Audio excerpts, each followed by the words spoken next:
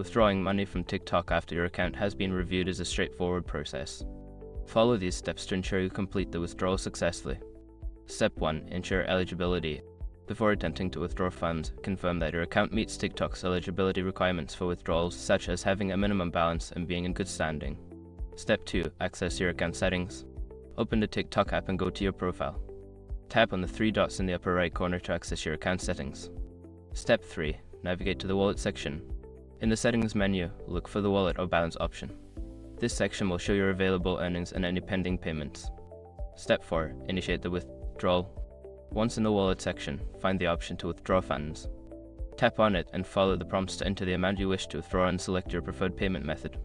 Step 5. Confirm and complete the withdrawal.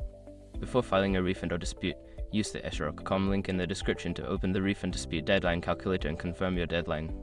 By following these steps, you can easily withdraw your earnings from TikTok after your account review.